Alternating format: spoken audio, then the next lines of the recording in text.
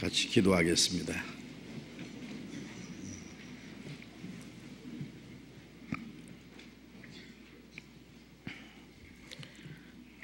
거룩하시고 자비로우신 하늘에 계신 우리 아버지 하나님, 하나님을 멀리 떠나 죄 가운데 행하던 저희들, 우리의 악한 행실로 하나님과 원수가 되었던 저희들, 하나님 앞에 심판과 영원한 멸망을 받아야 마땅하지만은 우리를 불쌍히 여기시고 주 예수님께서 우리가 받아야 될 저주와 심판을 대신 받게 하시고 주님이 흘리신 그 보배로운 피로 우리의 죄를 영원히 씻어주시고 다시는 심판과 저주를 받지 않게 하시고 우리 영혼을 구원해 주신 그 크신 은혜를 진심으로 감사합니다. 이 땅에는 진정한 행복도 평안도 소망도 없지만은 주님께서 우리에게 영원한 소망을 주시고 우리의 마음속에 참된 기쁨과 평화를 주신 것을 감사합니다. 하나님이 우리를 구원하신 것은 이 땅에 썩어지고 없어질 것을 주시기 위함이 아니요 영원하고 영광스러운 하나님의 나라를 기업으로 주시기 위함인 줄로 믿습니다. 이제 하나님께서 우리에게 허락하신 우리의 육체의 남은 때 이 세상에 잠깐 사는 동안에도 우리를 버려두지 아니하시고 항상 우리와 함께 계셔서 우리의 연약함을 담당해 주시고 주님의 몸된 교회 안에서 우리를 지켜주시고 주님의 진리 가운데로 인도해 주시는 그 크신 은혜를 인하여 감사를 드립니다. 이 시간 주님의 보배로운 피로 구속함을 받은 저희들 주님 앞에 함께 모여서 주님의 은혜와 영광을 찬송하며 주님의 말씀을 배우며 주님 몸된 교회 안에서 거룩한 교제를 갖게 해주신 주님, 이 시간에도 주님이 우리 가운데 함께 계셔서 우리 각 사람을 굽어 살피시고 주님의 자비로운 손길로 붙들어 주심을 믿고 감사합니다. 우리의 마음과 우리의 생활 속에는 아직도 하나님 보시기에 합당치 못한 어두운 일, 숨은 죄, 온전히 순종치 못하는 일들이 너무나 많습니다. 주님, 말씀으로 우리를 더욱 거룩하게 온전하게 세워주시고 이 땅에 우리의 삶이 하나님의 자녀로 부끄러움이 없이 행하며 또 주님이 우리에게 하라고 맡긴 거룩한 역사를 위해서 주님 몸된 교회 지체로서의 마땅히 행할 일을 행할 수 있도록 우리 모두를 붙들어 주시고 주님 뜻대로 귀하게 사용해 주시옵소서. 이 시간 함께 참여하지 못한 우리 형제 자매들 어느 곳에 있든지 일일이 보살펴 주옵소서. 병 중에 있는 사람 속히 건강을 회복시켜 주시고 마음에 시험 받는 사람, 여러 가지 곤란 중에 있는 사람 일일이 보살펴 주시고 합당하신 은혜를 허락해 주셔서 한 사람도 실족함이 없게 해 주옵소서. 멀리 외국에서 신앙생활하며 어려운 여건 가운데서 복음을 전하는 우리 형제 자매들 일일이 지켜주시고 주님을 담대히 전가하며 이뤄진 영혼들을 주님 앞에 인도해서 구원받게 하는 그 큰 역사를 능히 이루게 해 주시옵소서. 이 시간에도 주님께서 우리에게 나타내시기 원하시는, 우리에게 가르쳐 주시기 원하시는 주님의 말씀, 주님의 거룩하신 뜻, 우리가 마땅히 어떻게 행할 일들을 더욱 깨달아 알게 해 주시옵소서. 주 예수님 이름으로 기도드렸습니다. 아멘. 시편 기도하겠습니다. 시편 21편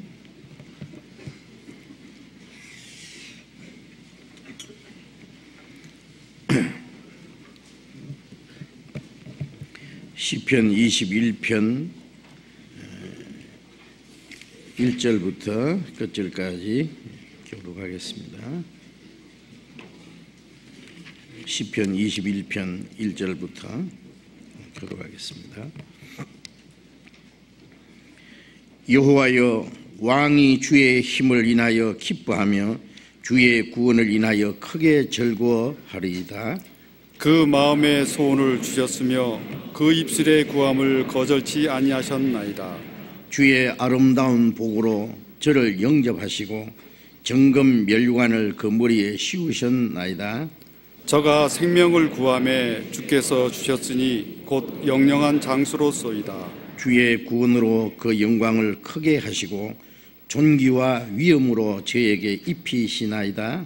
저로 영영토록 지극한 복을 받게 하시며 주의 앞에서 기쁘고 즐겁게 하시나이다. 왕이 여호와를 의지하오니 지극히 높으신 자의 인자함으로 요동치 아니하리이다. 내 손이 내 모든 온수를 발견하며 내 오른손이 너를 미워하는 자를 발견하리로다. 내가 노할 때에 저희로 풀무같게 할 것이라. 여호와께서 진노로 저희를 삼키시리니 불이 저희를 소멸하리로다. 내가 저희 후손을 땅에서 멸하며 저희 자손을 인생 중에서 끊으리로다. 대저 저희는 너를 헤아려 하여 계교를 품었으나 이루지 못하도다. 내가 저희를 돌아서게 하며 같이 읽겠습니다. 여호와여 주의 능력으로 높임을 받으소서. 우리가 주의 권능을 노래하고 칭송하겠나이다. 찬양대 찬송해 주시겠습니다.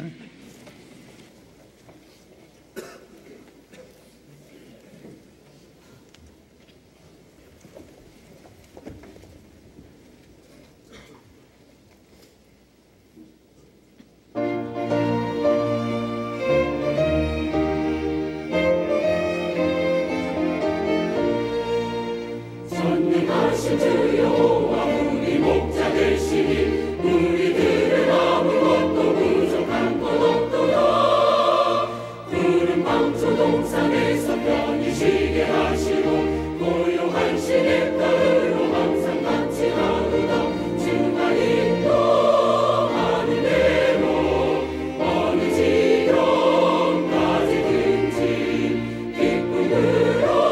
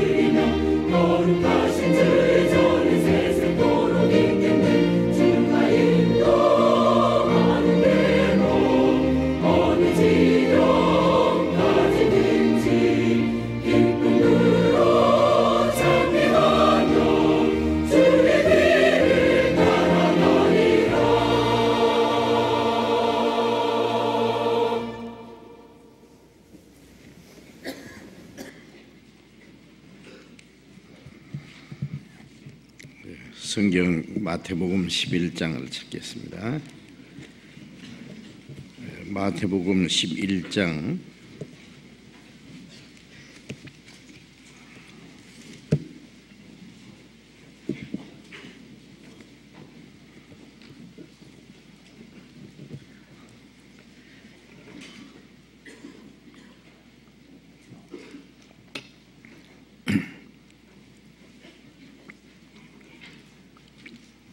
마태복음 11장 7절부터 읽겠습니다. 마태복음 11장 7절부터 읽습니다. 저희가 떠나매 예수께서 무리에게 요한에 대하여 말씀하시되 너희가 무엇을 보려고 광야에 나갔더냐? 바람에 흔들리는 갈대냐? 그러면 너희가 무엇을 보려고 나갔더냐? 부드러운 옷 입은 사람이냐? 부드러운 옷을 입은 자들은 왕궁에 있느니라. 그러면 너희가 어찌하여 나갔더냐? 선지자를 보려더냐? 옳다. 내가 너희에게 이르노니 선지자보다도 나은 자니라. 기록된 바 보라, 내가 내 사자를 네 앞에 보내노니 저가 네 길을 네 앞에 예비하리라 하신 것이 이 사람에 대한 말씀이니라. 내가 진실로 너희에게 말하노니 여자가 낳은 자 중에 세리 요한보다 큰 이가 일어남이 없도다. 그러나 천국에서는 극히 작은 자라도 저보다 크니라. 세리 요한의 때부터 지금까지 천국은 침노를 당하니 침노하는 자는 빼앗느니라. 여기까지. 마태복음을 계속 공부하고 있습니다. 마태복음을 처음부터 끝까지 자세히 배우면은 성경 전체에 있는 많은 내용을 배울 수 있다고 생각합니다. 성경 전체의 내용이 함께 연결되어 있기 때문에 그렇습니다. 이제 읽은 말씀은 세리 요한의 제자들이 예수님께 와서 세리 요한이 부탁한 대로 질문을 드렸죠. 오실 그이가 당신이 오니까 우리가 다른 일을 기다리오니까. 이스라엘 백성들이 가장 갈망하는 것은 하나님의 약속하신 메시아입니다. 하나님이 약속하신 메시아 그리스도가 당신입니까? 아니면 우리가 다시 다른 오실 메시아를 기다리오리까? 라고 질문을 했는데, 지난 시간에 말씀드린 것처럼 세리 요한은 예수님이 오시기 약 700년 전에 이사야 선지자가 예언한 대로 이사야 40장에 보면은 광야에 외치는 자의 소리가 있어 그의 길을 예비하라, 그의 첩경을 평탄케 하라. 오실 메시아를 맞이하기 위해서 준비를 하라고 하는, 그리스도의 길을 예비하기 위해서 하나님이 보내실 선지자를 약속하셨는데, 그 700년 전에 약속하신 그 선지자입니다. 세리 요한은. 세리 요한은 예수님을 증거를 했고, 그로 말미암아 많은 사람들이 예수님을 영접할 수 있게 되었습니다. 당시에 이스라엘 사람들은 구약시대 마지막 선지자였던 말라기 선지자가 지나간 후에 400년이라는 긴 기간 동안에 선지자가 없었고, 이스라엘 백성들은 하나님을 멀리 떠나 있었습니다. 외형적으로는 그들은 하나님의 택한 백성이라는 것을 자랑하고, 그들은 율법을 지키고 안식일을 지키고 성전에 모여서 제사하고 하나님께 열심히 하는 것 같이 보였지만 그들은 멀리 하나님을 떠나 있었고 하나님과 아무 상관이 없었습니다.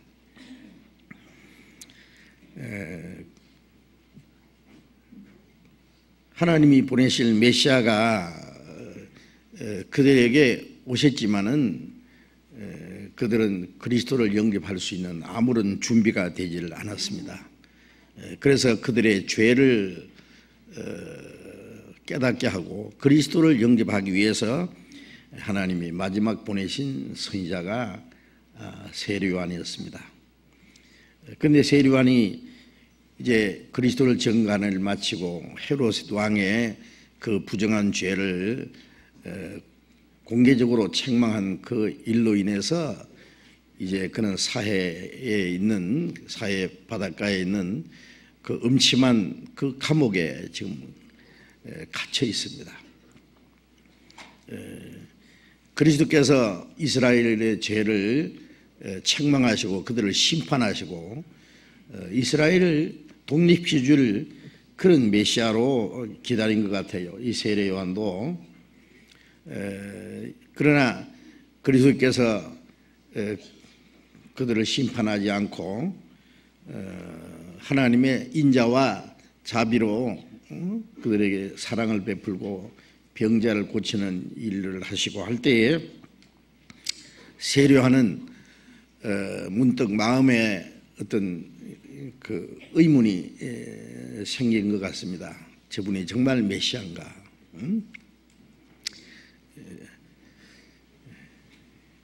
예수님이 그리스도라는 것을 의심해서라기보다도 예수님이 정말 메시아인지 예수님께 직접 그 확인해 가지고 알고 싶었던 마음이 있었을 겁니다. 우리가 마음에 조금이라도 의심이 생기면은 의심을 자꾸 감춰둘 것이 아니라 확실한 하나님의 증거를 받음으로 그 마음에 있는 의심을 푸는 것이 중요합니다. 그렇잖아요. 그래서 세례 요한도 예수님에게 제자들을 보내서 자기 마음의 그 문제를 풀고 확실한 믿음을 갖기를 원했을 겁니다. 예수님께서 세례 요한 제자들에게 내가 그리스도라든지 그렇게 직접적으로 말씀하시지 않고 예수님이 행하시는 일들을 그들에게 보이시고 세례 요한의 제자들이 왔을 때 마침 예수님이 소경을 고치시고 병자를 고치는 그런 일을 행하셨습니다. 그래서 너희가 가서 듣고 본 것을 요한에게 말하라. 소경이 보며 안전병이가 걸으며 문둥이가 깨끗함을 받으며 기머리가 들으며 죽은 자가 살아나고 가난한 자에게 복음이 전파된다 하라. 그것은 이사야서에 그리스도가 오시면은 하실 일을 예언한 그대로입니다. 구약에 하나님이 보내실 그리스도가 바로 자신이라는 것을 성경적으로 그들에게 확인해 주는 말씀입니다.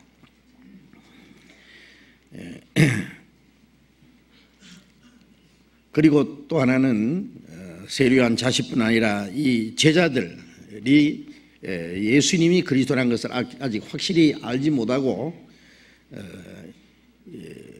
자기는 그리스도를 증거하러 온 사람이기 때문에 세례 요한의 제자들도 바로 예수님이 그리스도라는 것을 믿을 뿐 아니라 증거해야 될 일이라고 세례 요한이 말했기 때문에 세례 요한의 제자들도 예수님이 그리스도라는 것을 확실히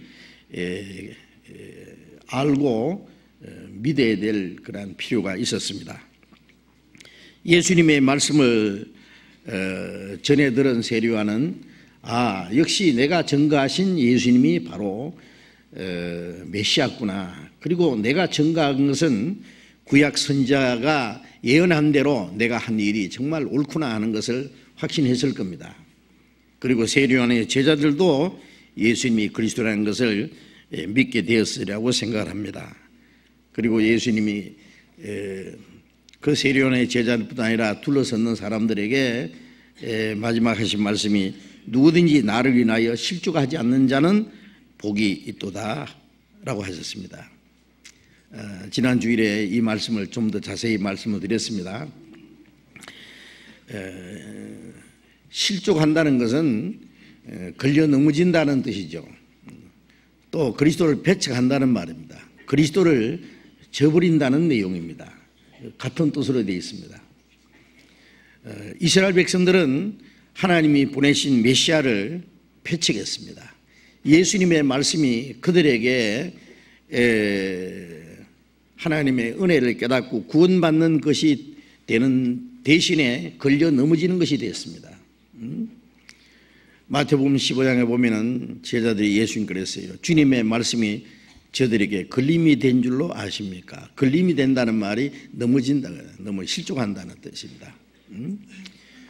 예수님의 말씀이 그들에게 오히려 걸림이 되고 그 말씀에 인해서 실족하는 자가 됐습니다. 그리고 그들은 결국은 그리스도를 배척했습니다. 실족하는 자에게는 화가 있는 겁니다. 그 죄로 말미암아 이스라엘 민족은 약 2000년이라는 긴 역사 속에 전 세계에 흩어서 그토록 비참하게 저주와 환난을 받고 그것으로 끝난 것이 아니라 그 영혼은 하나님 앞에 심판을 받고 영원한 지옥으로 떨어졌을 겁니다.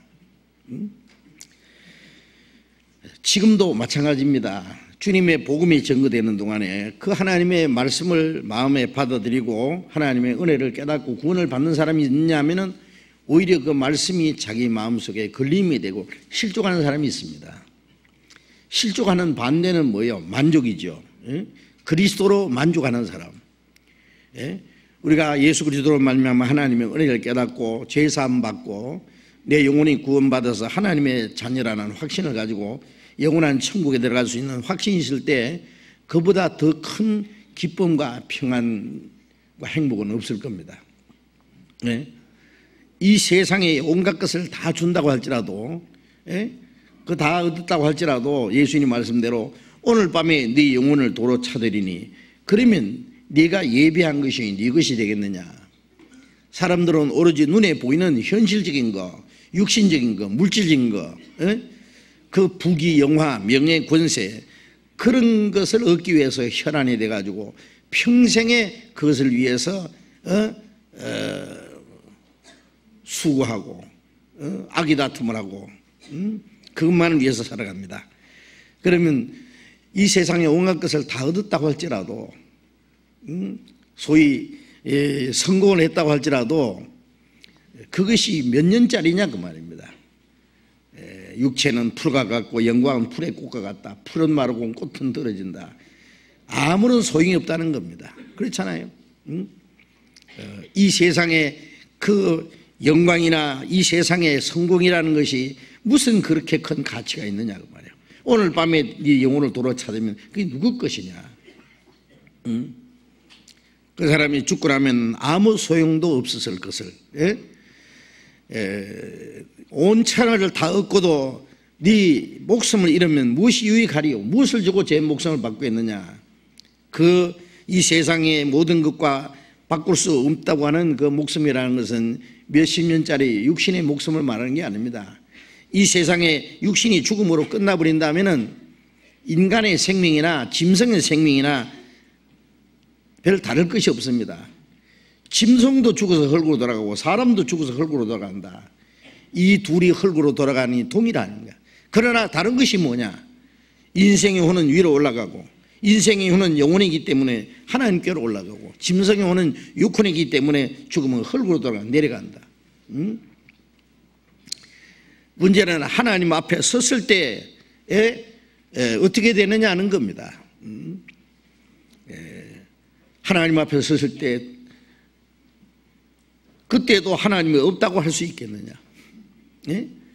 이 땅에서 온갖 것을 다 얻었다고 하나님 앞에서 그것으로서 만족하고 자랑할 것이 있겠느냐.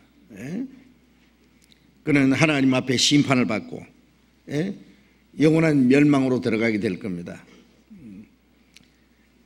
그러니까 예수 그리스도로 말미암아 죄 사함 받고 영원 구원 받고 하나님의 자녀가 되고 영원한 하나님 나라에 들어갈 수 있는 확실한 소망을 가지는 그것이 참된 기쁨이고 만족입니다.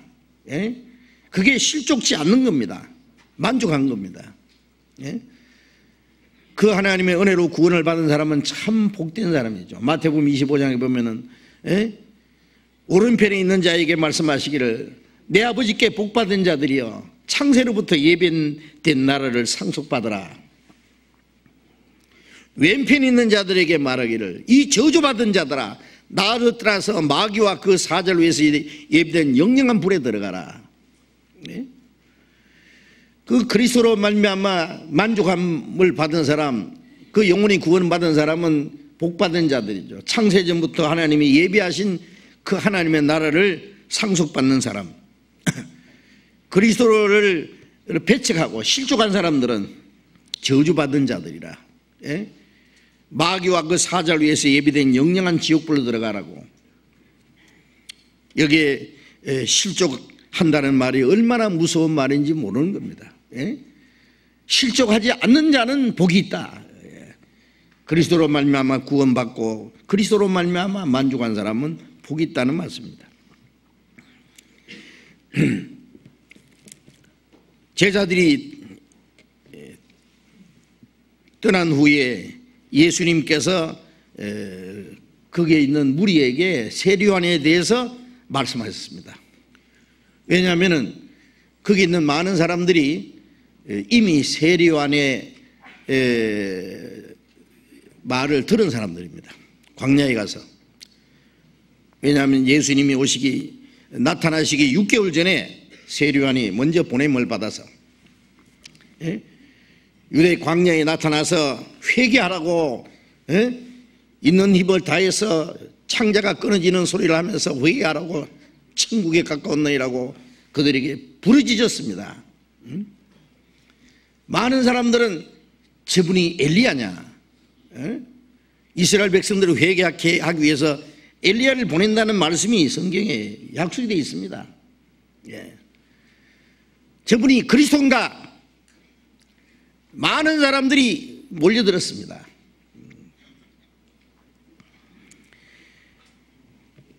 세례요한의 그 증거를 받은 사람들이기 때문에 세례요한은 나는 그리스도도 아니고 엘리야도 아니다.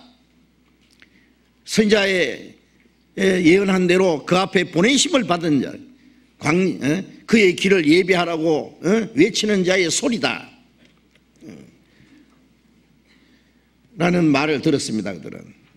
그런데 지금 오실 그이가 당신입니까? 다른 일을 기다려오이까? 라고 하는 말을 들었을 때 아마 거기에 있는 무리들도 예수님에 대해서 어떤 의심이 생겼을 수 있습니다. 세례요한이 뭐가 잘못됐나? 세례요한에 대해서 오해가 생길 수가 있기 때문에 그 세례요한에 대해서 예수님이 자세히 설명해 줄 필요가 있었고 세례요한에 대해서 증거를 하실 필요가 있었을 겁니다. 세례요한도 예수님을 증거했지만은 예수님도 세례요한을 증거를 하셔야 되는 겁니다. 그래서 세례요한에 대해서 말씀하시기를 너희가 유대 광야에 나갔을 때 뭘 보았느냐? 세례요한에게서 무엇을 보았느냐는 말씀입니다. 너희가 무엇을 버리고 광야에 나갔더냐? 이 광야는 요단강 가의 유대 광야입니다. 세례요한은 광야에 뛰쳐나가서 광야에서 이제 울부짖었습니다. 무엇을 보고 광야에 나갔더냐?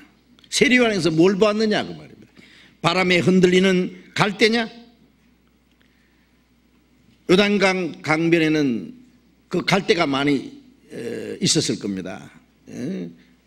바람이 불면 이리저리 흔들리는 갈대. 세례요한이 갈대처럼 어떤 마음의 정함이 없이 그리 대해서 의심을 하고 그리고 때를 따라서 그 사람의 마음이 이리저리 바뀌는 그 갈대 같은 사람인 줄로 아느냐? 그런 말씀입니다. 세류하는 바람에 흔들리는 갈대가 아니었습니다. 그는 그리스도에 대해서 확실히 증거했고, 그리스도에 대해서 다시 확인을 했고, 그리스도에 대해서 확실한 믿음을 가진 사람이 확실합니다. 결코 갈대가 아닙니다. 파스칼이라는 사람은 그렇게 말했죠. 인간은 생각하는 갈대다. 갈대는 생각하는 사람이다. 뭔가 어떻게 하면은 잘 먹고 잘 살까 하는 그런 것만 생각하지 말고 그보다 더 고상한 거, 더 중요한 걸 생각하게 되는데, 그런데 이 때를 따라서 또 어떤 일에 따라서 이리저리 흔들리는 갈대처럼 사람의 생각은 너무나 연약합니다. 그렇잖아요. 생각하는 귀중한 존재는 존재인데 때를 따라서 생각이 이리저리 바뀌고 마음이 흔들릴 수밖에 없는 연약한 존재다 그 말이에요. 생각하는 갈대. 우리 그리스도인들은 생각하는 갈대가 아닙니다. 우리의 생각에 따라서 때를 따라서 어떤 문제에 따라서 흔들리는 갈대는 결코 아니다 그 말이에요. 우리는 확실한 믿음을 가지고 있습니다. 확실한 소망이 있습니다. 우리는 확실한 삶의 목적이 있는 사람입니다. 가치관이 확실하고 사는 목적이 확실한 사람은 갈대 같은 사람이 아니다 그 말이에요. 주님 우리에게 확실한 믿음을 주셨고 영원한 소망을 주셨고 이 땅에 사는 동안에 그리스도인들이 어떻게 살아야 될 삶의 목적을 주셨기 때문에 우리는 결코 우리도 흔들리는 갈대가 아니다 그 말이에요. 이사야 26장을 보겠습니다. 이사야 26장 3절 4절 같이 읽겠습니다. 이사야 26장 3절 4절 주께서 심지가 견고한 자를 평강의 평강으로 지키시리니 이는 그가 주를 의뢰함이니이다. 너희는 여호와를 영원히 의뢰하라. 주 여호와는 영원한 반석이시미로다. 주께서 심지가 견고한 자를 평강의 평강으로 지키시니, 심지가 견고한 사람이 뭐예요? 하나님을 향한 확실한 믿음을 가진 사람입니다. 그 심지가 견고한 사람입니다. 그 사람들은 때를 따라서 어떤 어려움이 있을지라도 그 문제로 인해서 그 마음이 흔들리는 사람이 아닙니다. 환난이나 핍박이나 적신이나 위험이나 칼도 그들이 주님을 향하는 그 믿음과 사랑을 결코 뺏어갈 수 없습니다.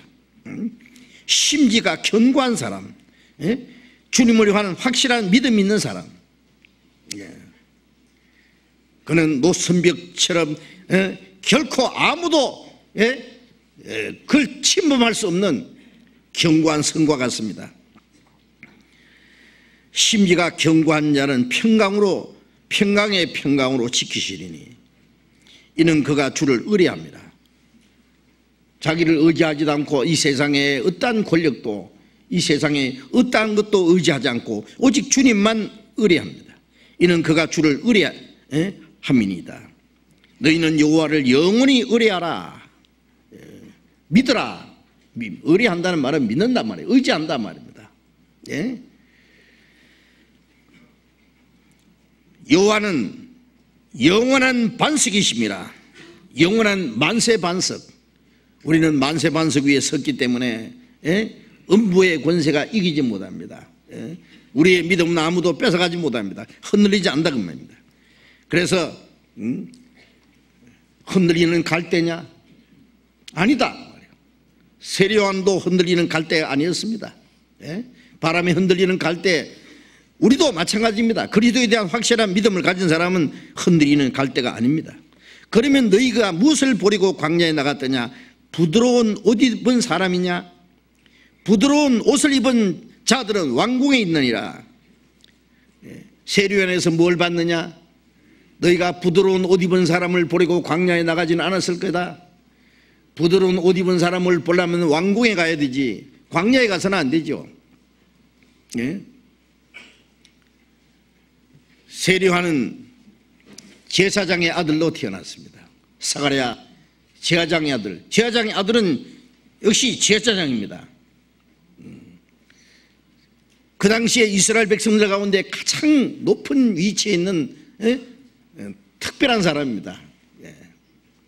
이스라엘 12지파 중에 레위지파는 하나님을 섬기기 위해서 레위지파 중에서 아론의 자손이 제사장입니다. 제사장.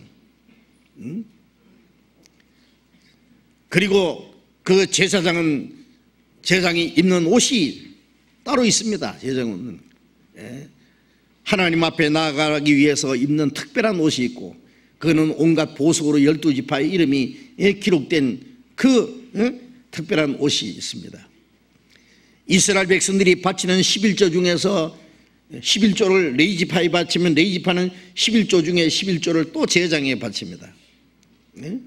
이스라엘 백성들이 바치는 11조 중에 가장 좋은 것을 받는 자들입니다. 예루살렘 성전이 바로 그들의 집입니다. 그런데 이 세례요한은 예루살렘을 성전을 뛰쳐나갔습니다. 왜? 그 성전 안에는 하나님이 계시지 않습니다. 예수님이 말씀하신 대로 이제 그것은 다시는 하나님의 집이 아니고 보라 너희 집이 황폐하여 버림받으리라. 너희 집이라 했습니다. 그거는 강도의 소굴입니다. 이제 너희가 하나님의 성전을 강도의 소굴로 만들었다고 예수님은 그러셨잖아요. 장사하는 집을 만들었다고. 그 성전은 얼마 후에 다 박살이 나서 다 파괴될 거라고. 그들은 하나님과 상관없는 사람들이었습니다. 그 당시에 그 종교가들은 다 타락했습니다. 세례요한은 그 거짓된 종교에서 벗어났습니다. 떠나서 유대 광야에서 약대 겉옷을 걸치고 가죽 띠를 띠고 그것으로 모든 것 다 하늘을 지붕 삼고 약대 털옷은 잘 때는 덮으면 이불이고 입으면 옷이고 메뚜기 잡아먹고 석청이 뜯어먹고 의식주를 완전히 자연에 의지했습니다. 그리고 광야에서 하나님의 말씀을 기다렸습니다. 구약의 열왕기하 1장 8절에 보면은 이스라엘 아합왕 시대에 이스라엘이 타락하고 아합왕이 타락했을 때 그 죄를 책망했던 엘리야, 그도 야인이었습니다. 그가 털옷을 입고 가죽에 허리 띠를 띤 그 모습이 엘리야의 모습이나 이 세례요한의 모습이 비슷했습니다. 사명도 비슷합니다. 그래서 누가복음 1장에 보면은 세례요한은 엘리야의 심령과 능력으로 앞서가서 주를 위하여 세운 백성을 예배하리라. 엘리야 그 사람이 아니고 엘리야의 심령과 능력이라는 거예요. 엘리야 시대에 이스라엘 사람들은 하나님을 떠나서 바알과 아세라 신을 섬겼습니다. 심지어 바알이 하나님인지 여호와가 하나님인지 알지 못하는 그런 상태에 빠졌을 때 그들의 마음을 하나님께로 들이키게 한 사람이 엘리야잖아요. 그런 심정을 가지고 이 세례요한도 나타난 사람입니다. 그래서 광야의 그 야인의 모습입니다. 모세는 애굽의 바로 왕의 그 공주의 아들이라는 그 특권을 받았지만은 히브리서 11장 24절에 믿음으로 모세는 장성하여 바로의 공주 아들이라 칭하는 걸 거절하고 도리어 하나님의 백성과 함께 고난받는 것을 잠시 죄악의 낙을 누리는 것보다 더 좋아했다 그랬죠. 공주의 아들이라고 하는 자기에게 주어진 행운과 그 특권을 헌시자같이 내버리고 미디안 광야에 가서 40년 동안 그는 고난을 받으며 하나님의 말씀이 나타날 때까지 기다렸잖아요. 응? 네. 세례 요한도 자기에게 주어진 그 특권을 내버린 사람입니다. 예? 영광을 저버린 사람입니다. 아마 세례 요한이 그 당시에 유대 종교관과 타협을 하고, 아니 헤롯 왕의 죄를 책망하지 않고 헤롯 왕에게 아부했다면은 세례 요한이 아마 왕궁에 있을지도 모릅니다. 부드러운 옷을 입고 왕궁에 있는 특별한 그 육신의 특권을 누릴 수도 있었을 겁니다. 그러나 세례 요한은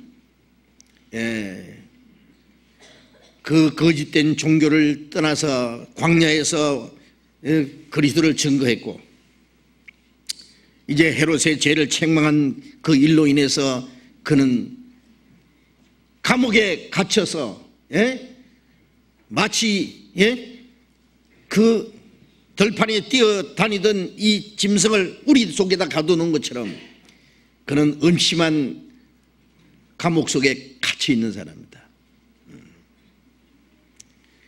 부드러운 옷을 입은 사람을 버리고 갔더냐? 세례 요한에서 무엇을 받느냐 그 말이에요. 육신적인 거, 훌륭한 거, 보기 좋을 만한 거, 그런 걸 받느냐 그 뜻이죠. 세례 요한은 역시 그는 인간적으로는 볼만한 게 아무것도 없었습니다.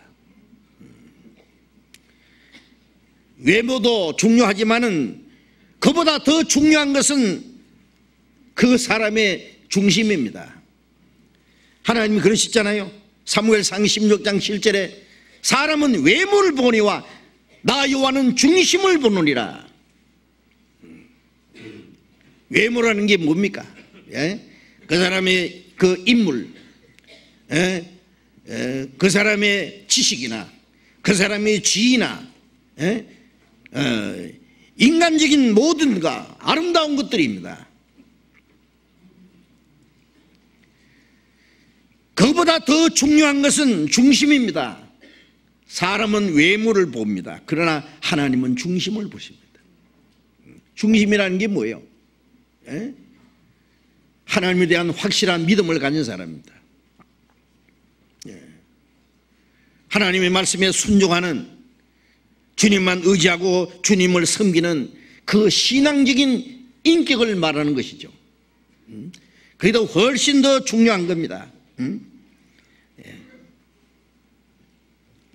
세례 요한에서 너희가 무엇을 보려고 갔느냐? 인간적인 아름다운 것을 보려고 간 것은 아니지 않느냐? 그런 것을 보려면 광야에 왜 가느냐? 왕궁에 찾아가야지. 그러면 세례 요한에서 뭘 받느냐? 우리에게도 말씀하십니다. 우리가 사람을 무엇을 보아야 뭡니까? 우리가 교회에 모인 것도 무엇을 보려고 왔습니까? 육신적인 것을 보려고 왔습니까? 인간의 어떤 지식이나 도덕적인 것이나 철학적인 것, 아름다운 말을 들으고 온 것도 아닐 겁니다. 그렇죠? 교회 안에서 인간적인 훌륭한 것을 보려고 그것 때문에 온 것은 아닐 겁니다.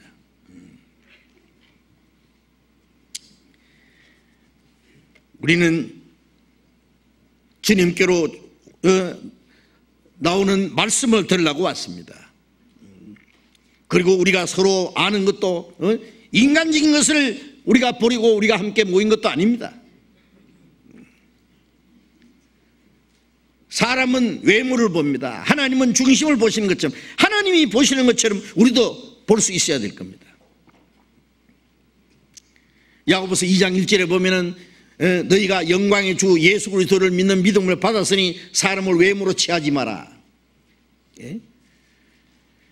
영광의 주 예수 그리스도를 믿는 믿음을 받았으니 사람을 외모로 취하지 마라 그랬어요. 예.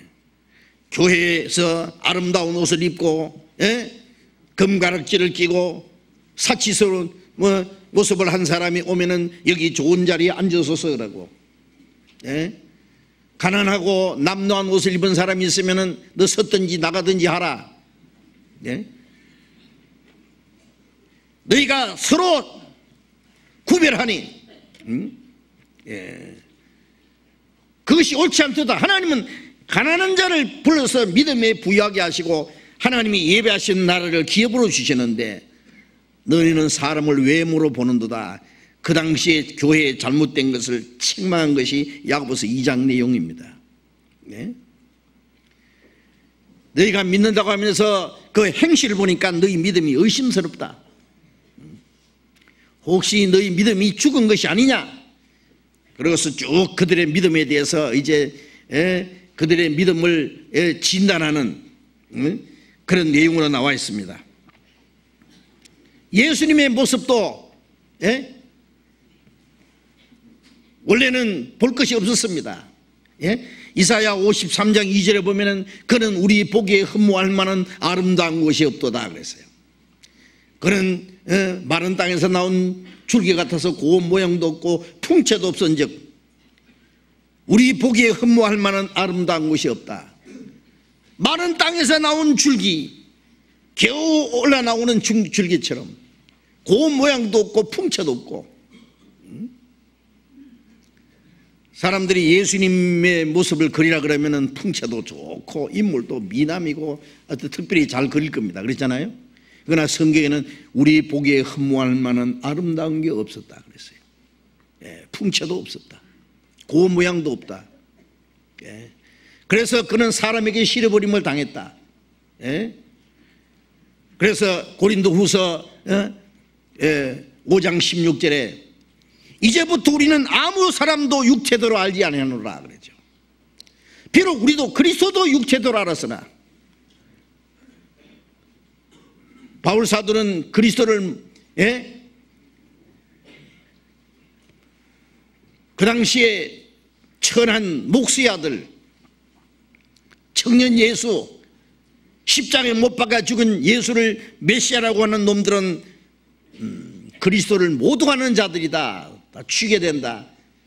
그래서 이제 예수 믿는 사람들을 박멸하려고 앞장서 나왔던 사람이 바로 사울이라는 사람이 있잖아요. 비록 우리도 그리스도를 육체대로 알았다 했어요. 이스라엘 사람들도 그의 모습이 너무 초라했기 때문에 알아보지 못했습니다.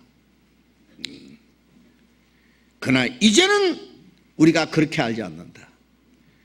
예수님의 모습은 초라했습니다. 베들레헴 구유에서 탄생하셨고 가난한 목수의 아들로 자라셨고 그는 학교를 다닐 일도 없고 벼슬할 일도 없습니다.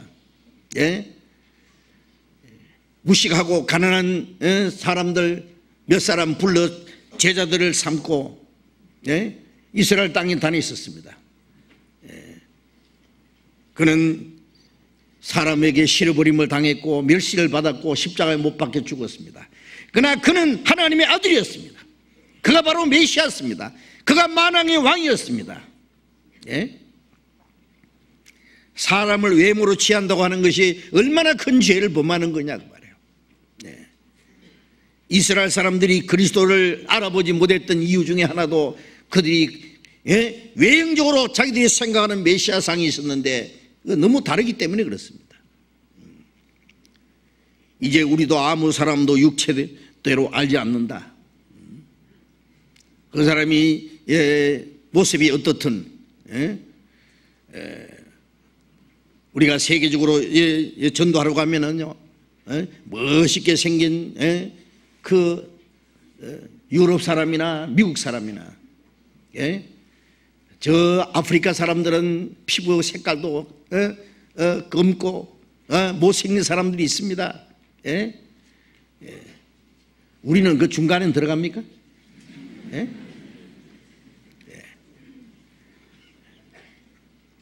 아마 미국 사람이나 유럽 사람들이 보면은 한국 사람들 보면은 키도 좀 안 하고 코도 납작하고 눈도 조그맣게 생겼고, 저처럼 말이에요. 특별히. 예? 너무나 못생겼다고 생각할 겁니다. 그렇죠?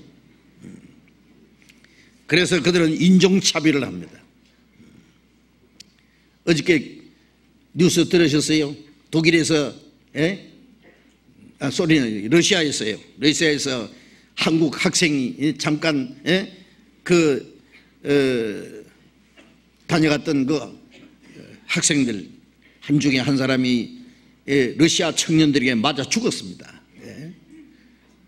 돈을 뺏겨서 죽인 것이 아니라, 예, 그 인종차별로서, 뭐 이렇게 생긴 게 있나 어떻게 죽여버린 거예요. 예.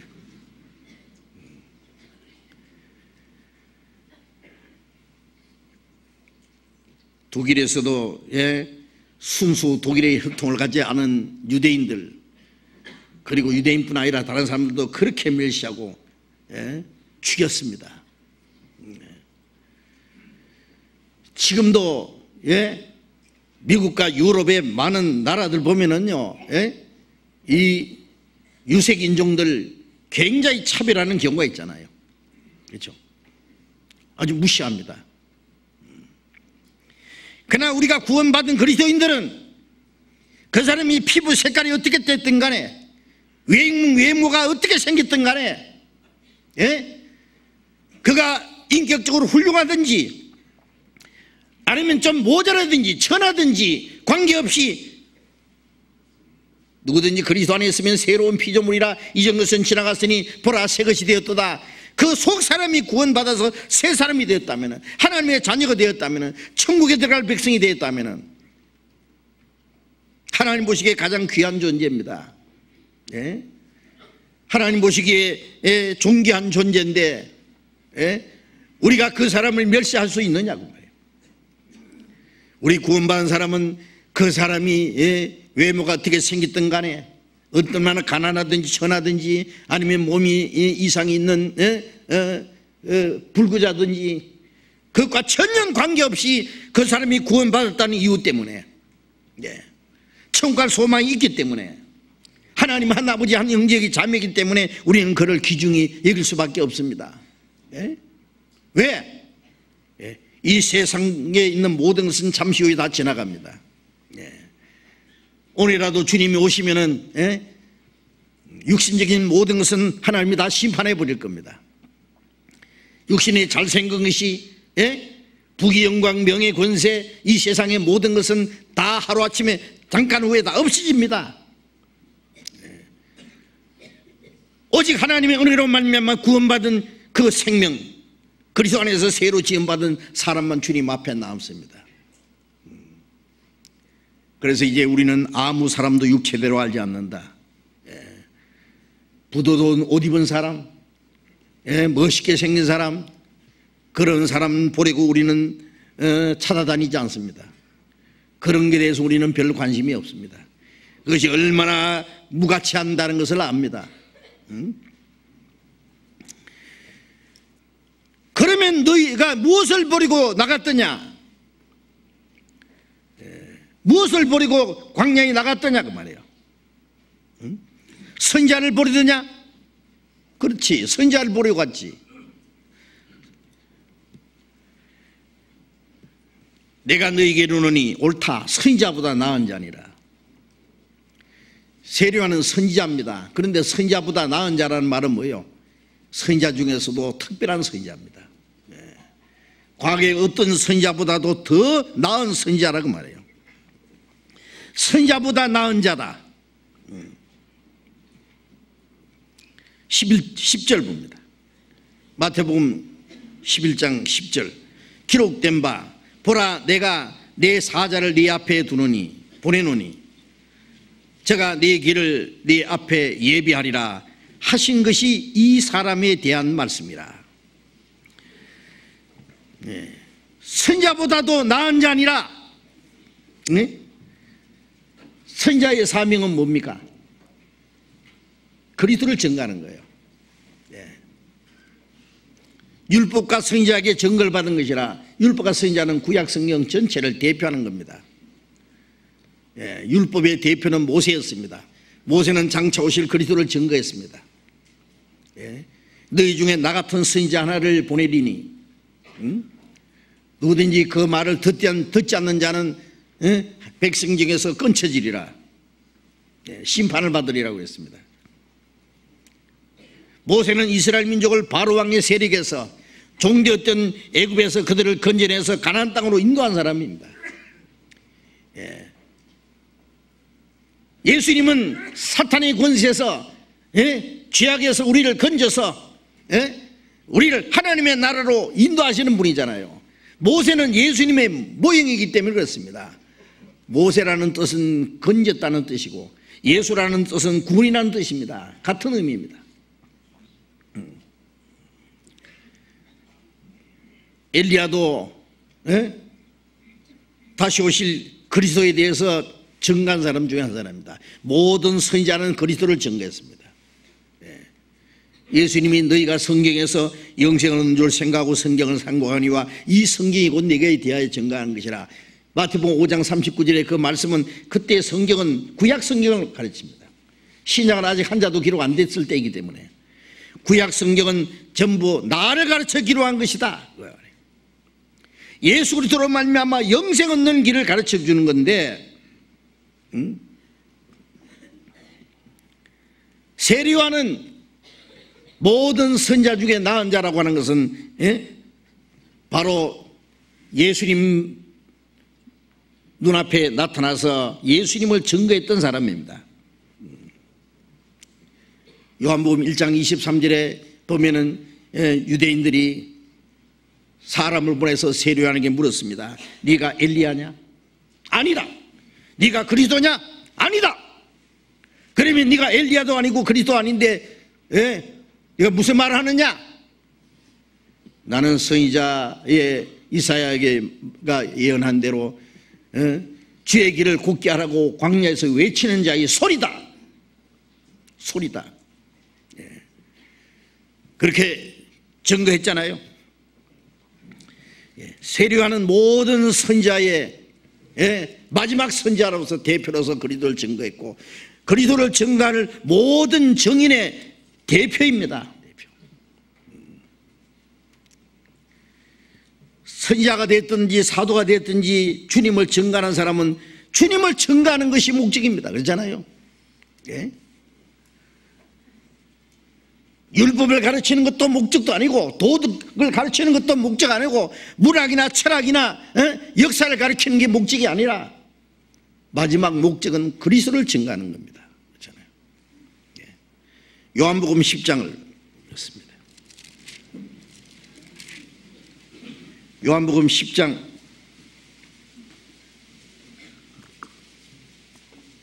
41절 10장 41절 42절 같이 읽어봅시다. 많은 사람이 왔다가 말하되 요한은 아무 표기도 행치 아니하였으나 요한이 이 사람을 가리켜 말한 것은 다 참이라 하더라. 그리하여 거기서 많은 사람이 예수를 믿으니라.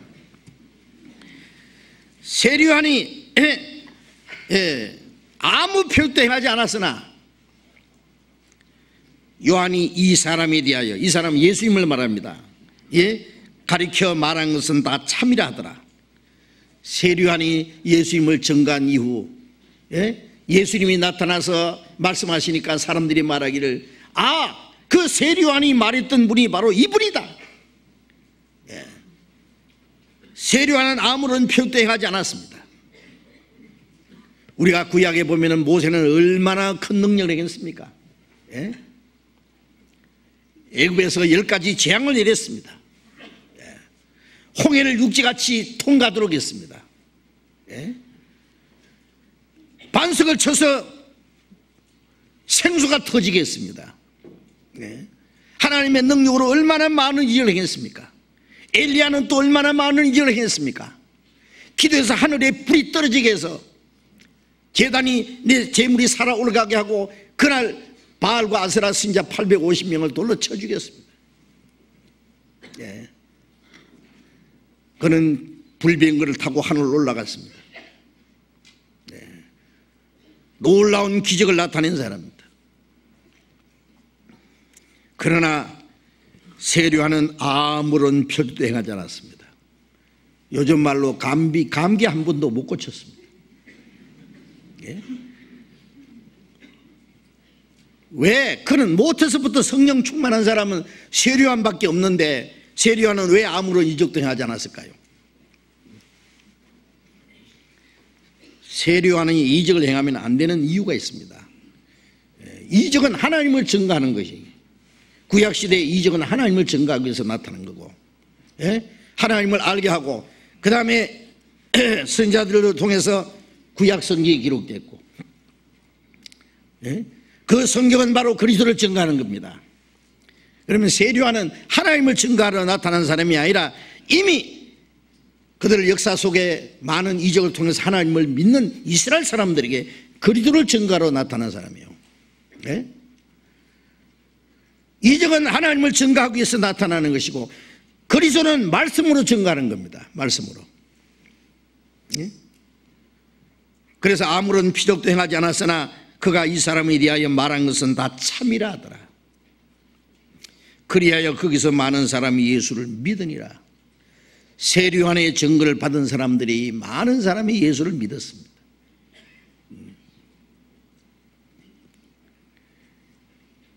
깜짝 놀랄 이적이 나타남. 많은 사람들이 놀라서 따라갈 겁니다. 그러나 어떠한 이적이 나타나도 그 이적으로 말미암아 구원받는 역사는 없습니다. 그걸 아십니까? 예? 사람들 이적 좋아하죠. 예? 기도해서 병이 낫고 손을 갖다 대면 뒤로 자빠지고 자빠지면 머리 깨지지 뭐. 이리 손대면 이리 자빠지고 저리 손대면 저리 자빠지고. 기도를 하면 막 온몸에 뜨거워서 막 떼굴떼굴 구불고.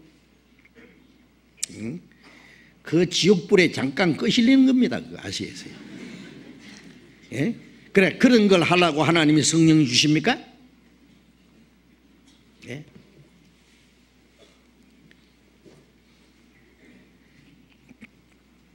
이적이라는 것이 얼마나 불완전한지 아세요?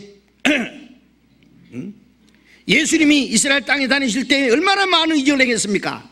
그러나 그들이 그 이적을 보고 예수를 믿었습니까? 이적을 보고 믿는 믿음이 얼마나 불완전한지 아세요? 요한복음 2장을 잠깐 봅시다.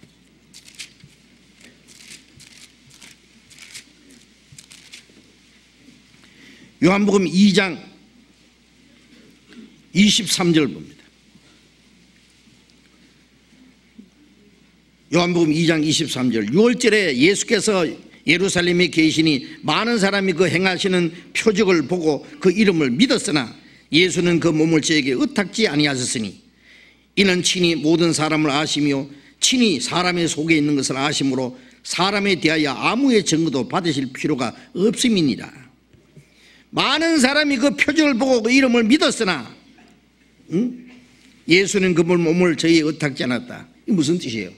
그들은 예수를 믿었지만은 예수님을 그들은 믿지 않았습니다. 믿음이라는 건 상대적이어야 돼요. 그렇죠? 남편은 아내를 믿는데 아내는 남편을 믿지 않는다든지, 자식은 부모를 믿는데 부모는 자식을 믿지 않는다든지, 그런 무슨 문제가 있는 거예요. 그거는 왜? 그 믿음이 옳지 못하기 때문에. 믿음은 서로 상대적으로 피차해요. 남편이 아내 믿으면 아내는 남편을 믿어야 돼요. 그렇죠? 그들은 예수를 믿었는데 예수는 왜 그 몸을 의탁지 않았다고 했냐면 그들을 믿지 않았다고 말해요. 왜? 이는 모든 사람을 아시며 사람의 속에 있는 것을 아심으로. 그들 속을 보시니까 가짜다고 말해요. 가짜다고 말해요. 조금만 있으면 이제 죽이라 하고 이제 소리 지를 사람들이에요.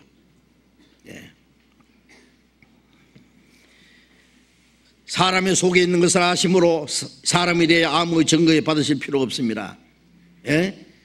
그 거짓된 사람에게서는 주님은 아무 증거도 받지 않습니다.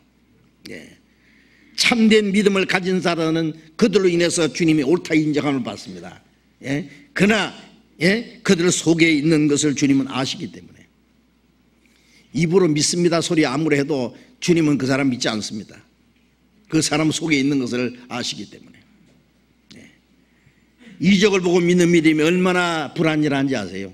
가룟 유다는 3년 반 동안 예수님 따라다니면서 얼마나 많은 이적을 봤어요. 예수님은 죽은 지 나흘 된 나사로를 살리실 때 유다도 거기 있었습니다. 5천여 명의 떡을 만들어 먹이실 때 유다도 억떡을 얻어 먹었습니다. 풍랑을 잔잔케 할 때 그때도 유다도 있었습니다. 그러나 왜 그를 예수님을 은 30에 팔아버렸습니까? 그 이적은 유다의 마음에 아무런 변화도 주지 못했습니다. 아무런 이적도 행하지 않았으나 그가 말한 것은 다 참이라 하더라. 마지막 때도 마찬가지입니다. 사도시대에는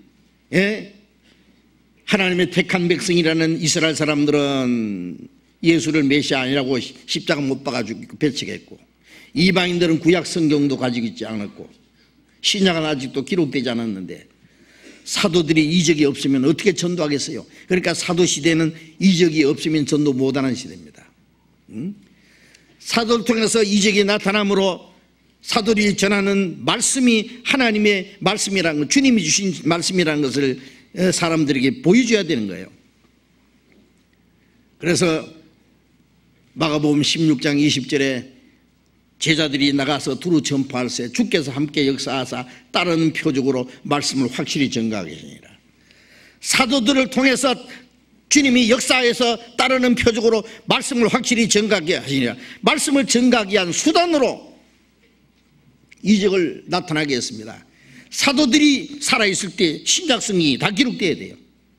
사도들이 죽기 전에. 그래서 마지막 사도 요한이 죽기 전까지 요한계시록까지 다 기록됐잖아요. 이제 우리 시대에는요, 성령은 이 기록된 말씀을 통해서 그리스도를 증거하는 거예요. 우리 시대도 세례요한처럼 아무런 이적도 없어도 괜찮습니다. 우리가 이적을 보고 믿습니까? 여러분, 우리 구원받은 사람 중에 이적을 보고 구원받은 사람이 있습니까? 아닙니다. 아무런 이적도 없어도 이제 이미 구약시대 이스라엘 역사를 통해서 하나님의 능력이 나타났고, 예수님을 통해서 예수님이 그리스도라는 증거가 나타났고, 예수님이 죽으시고 부활하신 그 사실을 증거한 사도를 통해서 신약이 기록됐고, 우리는 성경을 통해서 이제 믿을 수 있는 증거가 얼마든지 있습니다. 우리가 믿는 것은 표적을 보고 믿는 게 아닙니다. 아무런 표적도 없어도 이제 그 그리스도를 증거하는 그 말씀을 통해서 우리는 믿습니다. 세례요한의 증거를 통해서 예수를 믿은 것처럼 우리는 세례요한보다도 더 많은 증거가 있습니다. 그렇잖아요. 그 말씀을 통해서 우리는 믿는 것이 가장 확실한 믿음입니다. 그리고 고린도후서 4장 5절에 우리가 우리를 전파하는 것이 아니라 그리스도의 주 되신 것과 우리가 그리스도를 위하여 너희 종된 걸 전파합니다. 우리가 우리를 증거하는 게 아닙니다. 어떤 사람들 보면은 자기의 어떤 지식을, 자기의 어떤 특별한 체험을, 자기가 신령한 것을, 자기의 어떤 특별한 경험을 자랑 삼아서 자꾸 전하는 사람이 있는데, 주님이 증거되어야 되지 자기가 증거돼서 되느냐고. 주님은 감춰놓고. 유럽에 가면은 로만 카톨릭 세력이 엄청나고, 러시아 그리고 옛날 소련 여러 지역들에 다니면 보면은 러시아 정교회 세력이 엄청납니다. 가는 곳마다 웅장한 그 교회당들이 있습니다. 그런데 그 안에 보면은 러시아 정교회는 그림을, 온갖 그림을 빈틈없이 그려놨고, 로만 캐톨릭에는 온갖 조각을 만들어 놨습니다. 그런데 자세히 보면은요, 거의 다 마리아상. 예수님은 아기 예수. 응? 아기 예수.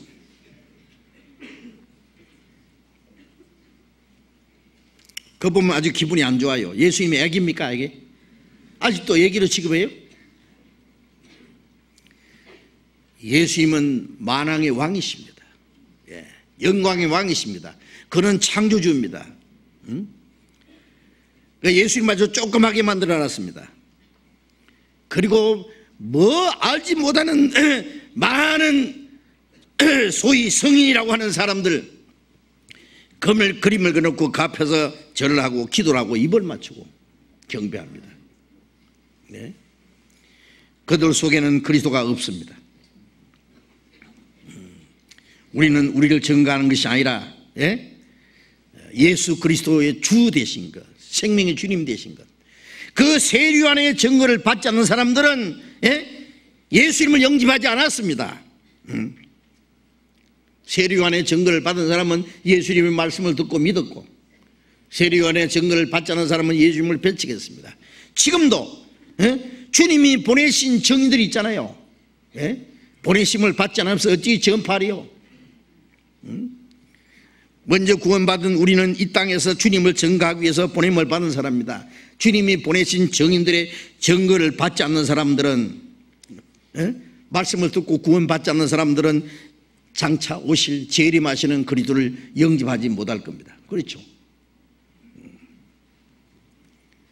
지금 우리 시대는 주님이 오시기 바로 직전입니다.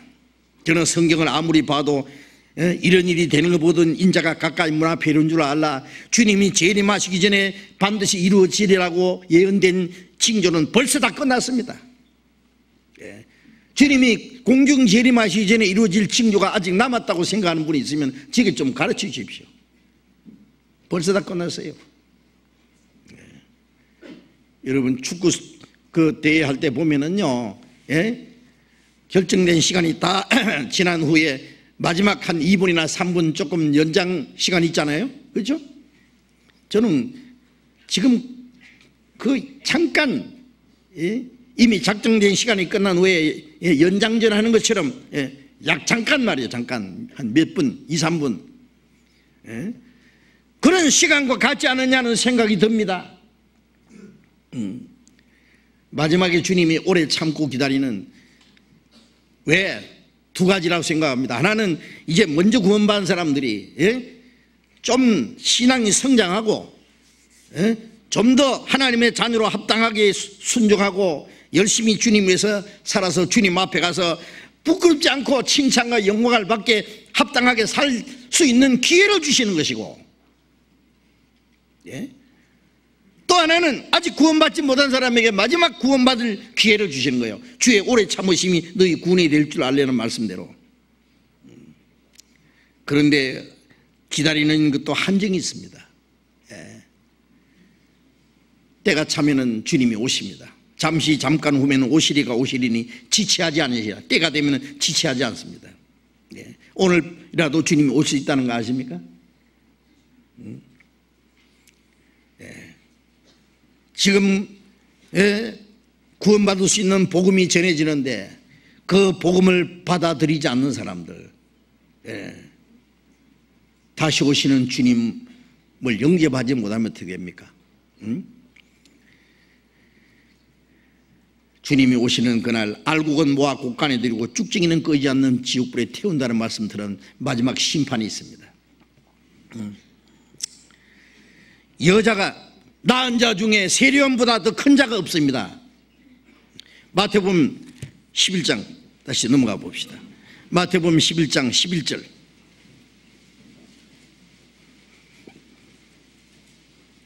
마태복음 11장 11절 같이 읽읍시다. 내가 진실로 너희에게 말하노니 여자가 낳은 자 중에 세례요한보다 큰 이가 일어남이 없도다. 그러나 천국에서는 극히 작은 자라도 저보다 크니라. 이 말씀을 보면은 예수님이 세례요한을 지나치게 아주 격찬하신 그런 말씀으로 보입니다. 진실로 너희에게 말하노니 여자가 낳은 자 중에 세려함보다 큰 이가 일어남이 없도다. 자, 인간으로서 이 세상에 태어난 사람, 특별히 이스라엘 백성 중에 나타난 선지자들 중에 세려함보다 큰 이가 일어남이 없다. 사람으로서 세려함보다 큰 자가 없다. 세려함이 최고 큰 자다 그 말이에요. 네? 자, 이보다 놀라운 칭찬은 어디 있습니까? 그렇죠? 예? 그런데 세려함이 도대체 왜 그렇게 큰 자입니까? 예. 구약성경에 아까 말씀하신 대로 모세는 얼마나 큰 능력을 행했습니까? 예? 예. 얼마나 많은 고난을 받았습니까? 이스라엘 민족을 애굽 왕의 세력에서 건져내서 광야를 통과하고 40년 광야를 통과하고 가나안 땅에 들어갈 때까지 모세는 얼마나 많은 고난을 받고 얼마나 큰 역사를 이뤘습니까? 엘리야는 얼마나 큰 역사를 이뤘습니까? 이사야는 에레미야는 얼마나 큰 일을 했습니까? 그러나 세리요한은 전도한 기간은 너무 짧습니다. 구약시대 이스라엘 역사 속에 행한 그 선지자들에 비하면 별로 큰 일을 하지 않았습니다. 그런데 왜 세리요한을 여자가 낳은 자 중에 가장 큰 자라고 했을까요? 뭐 키가 커서 크다고 한 것도 아니고 큰 일을 해서 깜짝 놀랄 이적을 행해서 큰 일을 했다는, 큰 자가 됐다는 말도 아닙니다. 달이 다른 별보다도 크게 보이는 것은 지구에 가장 가깝게 있기 때문에 달이 크게 보이는 것처럼 세리요한은 가장 가까이서 그리스도를 증거한 사람입니다. 모세는 예수님이 오시기 1500년 전에 그리스도를 증거한 사람입니다.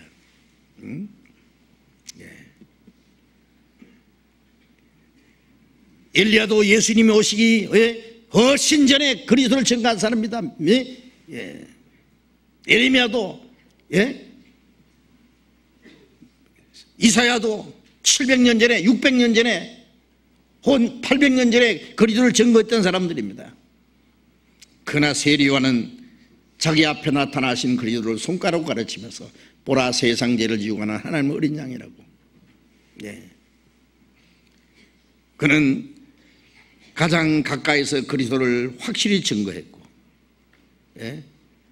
그리고 그 당시에 하나님을 떠난 많은 이스라엘 백성들이 예수가 그리스도라는 것을 깨닫고 믿게 한 그 큰 역사를 이뤘던 사람입니다. 선지자의 역할은 그리스도를 증거하는 것이 가장 중요한 겁니다.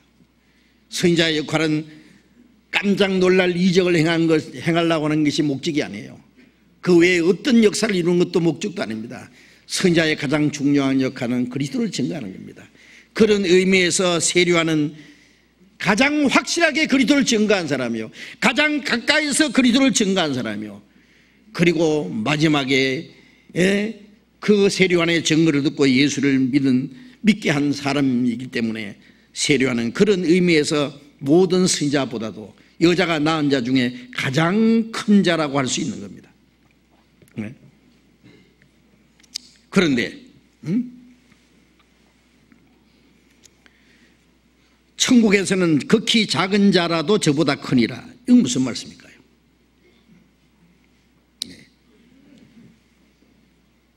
어떤 사람은 이 성경 때문에 그러면 세리요한은 큰 자는 큰 자인데 천국에서는 지극히 작은 자가 저보다 크다고 그랬으니까 세리요한은 천국에 못 갔는갑다.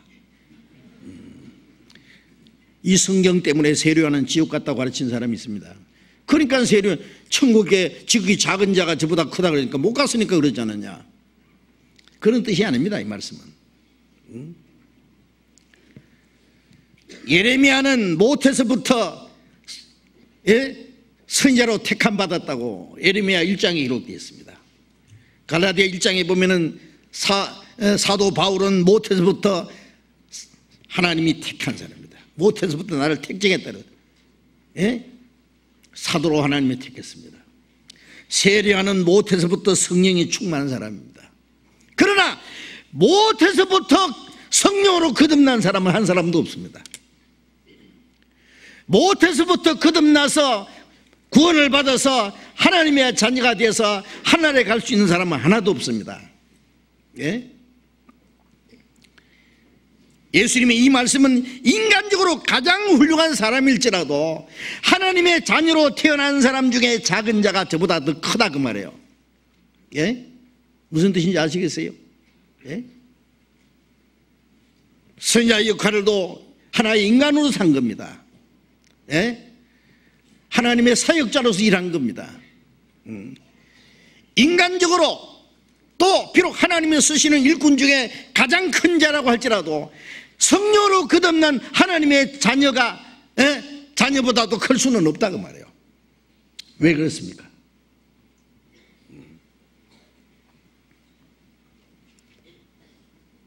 하나님이 창조하신 만물 중에 유일하게 사람만 하나님 형상대로 창조한 바였다 그랬죠. 그리고 하나님이 자기 독생자를 죽는 데까지 아끼지 않고 내어주셔서 십자가에 죽으시고 그 피를 흘려서 그 피로 말미암아 받아 하나님의 자녀가 된 사람은 하나님이 보시기에 그보다 더 귀중한 존재는 없습니다. 나는 여호와 보시기에 존귀한 자라. 임금이 있는데 신하 중에 아주 특출한 사람이 있습니다. 아주 충성된 신하가 있습니다. 그러나 임금의 아들로 태어난 왕자보다 더 높을 수는 없습니다. 그렇잖아요? 그 신분이 다릅니다. 신분이. 왕자가 아무런 큰 일을 하지 않았어도, 아무 일을 하지 않았어도 위치는 어떤 신하보다도 더 높습니다. 그런 뜻입니다. 선지자의 한 일이 별 볼 일 없다 그런 얘기도 아닙니다. 그게 어떤 상급도 없다 그런 얘기가 아닙니다. 이 세상의 사람으로서 가장 위대한 자보다도 하나님의 자녀로 태어난 사람이 훨씬 더 높다는 것을 증거하신 말씀입니다. 우리가 하나님의 자녀로 태어난 것이 얼마나 놀라운 일인지 아십니까?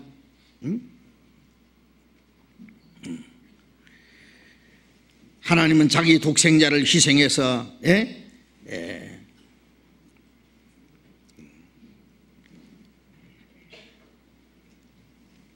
십자가에 죽기까지 하심으로써 그 피로 말미암아 구원받은 하나님의 자녀, 그 자녀는 이 세상에 그 무엇보다도 하나님 보시기에 그 귀중한 존재는 없습니다. 위대한 선지자, 하나님의 일을 해서 큰 역사를 이룬 그 위대한 사람하고 하나님의 자녀로 태어났다는 사람 일하고는 완전히 별개의 문제입니다. 별개의 문제. 아세요? 그래서 우리 하나님의 자녀로 태어난 사람이 훨씬 더 귀중한 겁니다. 하나님의 자녀라는 위치는 어떤 위대한 선지자보다도 더욱 높고 존귀한 위치입니다. 그래서 우리 구원받은 하나님의 자녀들은요, 그 자녀라는 그 위치가 얼마나 높고 귀중하다는 것을 우리가 잊지 마셔야 됩니다. 과거의 어떤 위대한 자보다도 이 세상적으로 위대하다 한뿐 아니라 이스라엘 역사 속에 선지자도 있고 사도도 있고 하나님께 귀 쓰임받은 왕들도 있었습니다. 그러나 그들보다도 하나님의 자녀로 거듭난 하나님의 자녀들이 그들보다 훨씬 더 존귀하고 큰 자라는 사실입니다. 이건 정말 놀라운 일입니다. 그런데 우리가 구원받았다는 그 하나님의 자녀라는 신분은 이 세상에 무엇과 비교할 수 없이 귀중한 건데 천국에 가서 이제 상 받는 일은 또 다른 문제입니다. 그렇잖아요? 왕자가 여럿이 있다고 합시다. 어떤 신하보다도 어떤 특출한 그 신하보다도 왕자는 위치는 다릅니다. 신분이 다른 겁니다. 그러나 왕자들이 여럿이 있으면 그 왕자들 중에서 왕은 가장 자격이 있는 사람에게 자기 왕위를 물리주려고 할 겁니다. 아니, 가장 중요한 일을 그에게 맡길 겁니다. 청계세요. 왕자도 왕조 중에서 큰 자가 있고 작은 자가 있습니다. 먼저 태어나고 나중 태어난 문제가 아니라 누가 왕복이 보기에 귀하게 보이느냐 그 말이에요. 마태복음 5장을 보겠습니다. 마태복음 5장 19절. 마태복음 5장 19절 같이 읽읍시다. 그러므로 누구든지 이 계명 중에 지극히 작은 자 하나라도 버리고 또 그같이 사람을 가르치는 자는 천국에서 지극히 작다 일컬음 받을 것이요 누구든지 이를 행하며 가르치는 자는 천국에서 크다 일컬음을 받으리라. 천국에서 작다 일컬음 받는 자가 있고 천국에서 크다 일컬음을 받는, 이거 무슨 뜻입니까?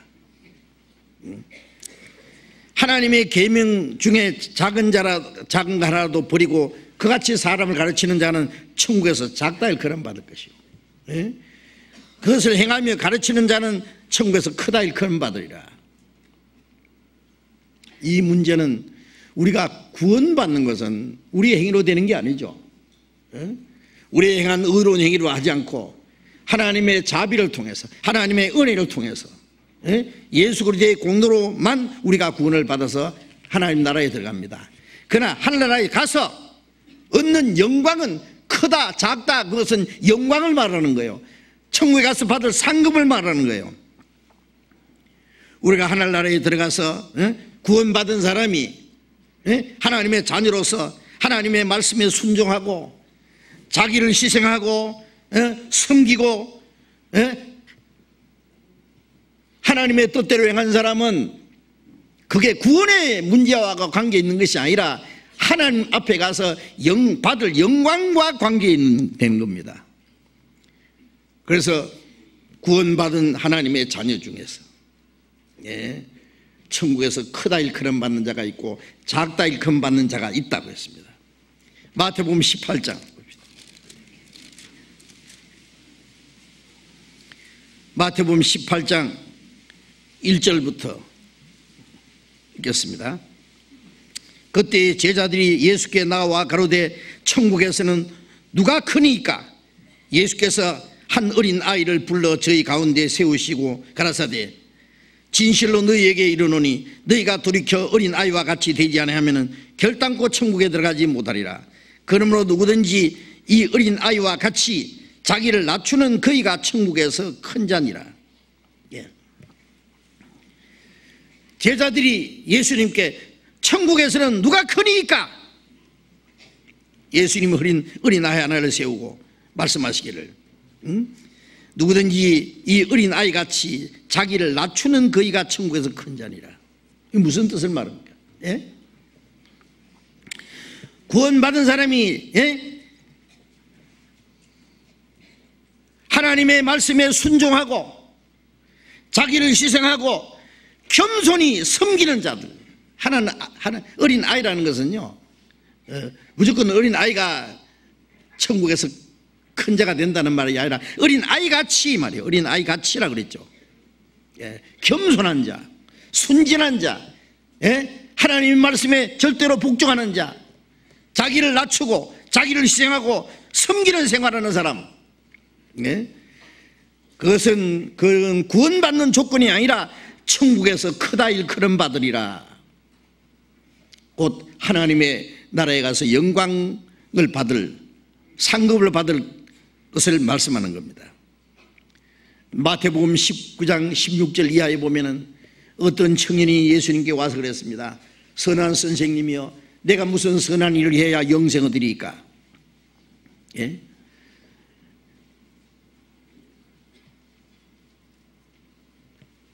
이 사람 무슨 선한 일을 해야 영생 얻는다고 그렇게 생각했습니다. 그래서 예수님이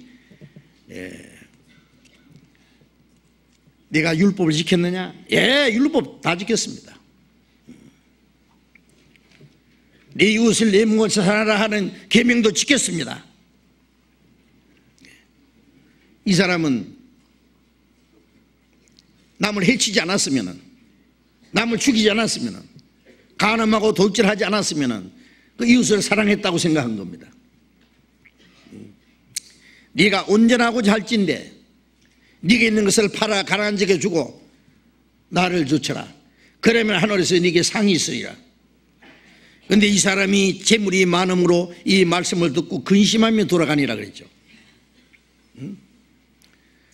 이 사람 두 가지 잘못된 것은 하나는 무엇을 해야 영생 얻으리라 생각하고, 영생 얻고자 원하지만은 지금 영생보다는 죽은 후에 천국 가는 영생보다는 현재 이 재물이 더 귀한 거예요.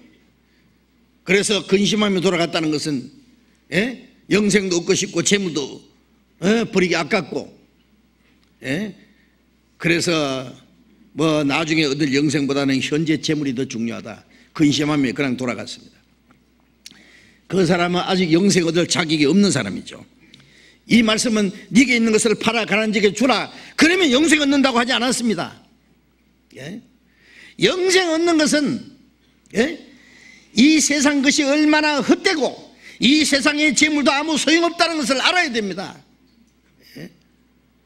열에 쓸 물건을 많이 쌓아두었으니 평안히 먹고 마시고 즐거워하자, 이 세상 것에 만족 얻으려고 그러고 거기다 소망을 걸어놓고 거기에 미련이 있는 사람은 영생 얻기가 어렵다고 말해요. 부자가 천국 가기가 어려우니라. 약대가 바늘 끼로 들어가는 것이 부자가 천국 가는 것보다도 더 쉬우리라. 이 세상 것이 얼마나 거짓되고 헛되다는 걸 알고 이 세상에 대한 어떤 욕심을, 이 세상에 대한 욕망을, 미련을 버려야 된다 그 말이에요. 그리고 영생을 간절히 사모해야 된다 그 말입니다.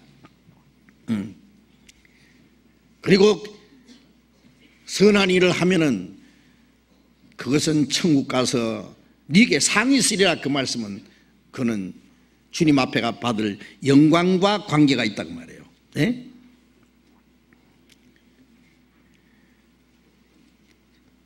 마태복음 20장에 보면 제자들 중에 네가 크냐 내가 크냐는 다툼이 생겼습니다.